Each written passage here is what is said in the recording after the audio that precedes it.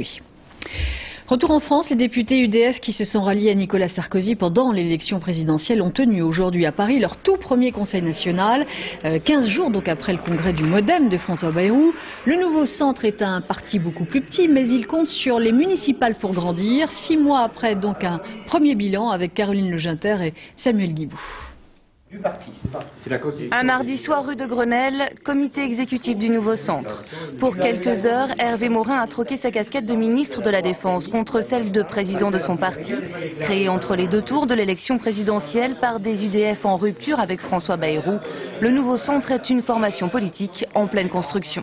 Les parlementaires participent activement au recrutement, à trouver les chefs de file pour les municipales, à dénicher des candidats au cantonal.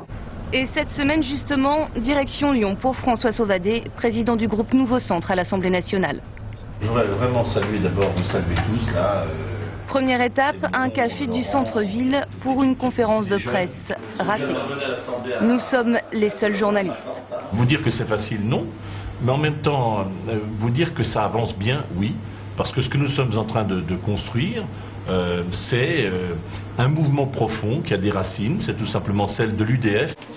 Deuxième rendez-vous, une réunion publique un peu plus rassurante.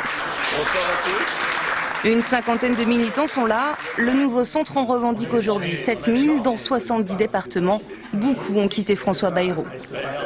Aujourd'hui, quand j'ai vu que justement des anciens députés UDF allaient créer un nouveau parti de centre-droit qui reprenait les valeurs de l'ancienne UDF, j'ai été content donc de cette nouvelle création et j'ai rejoint directement le nouveau centre.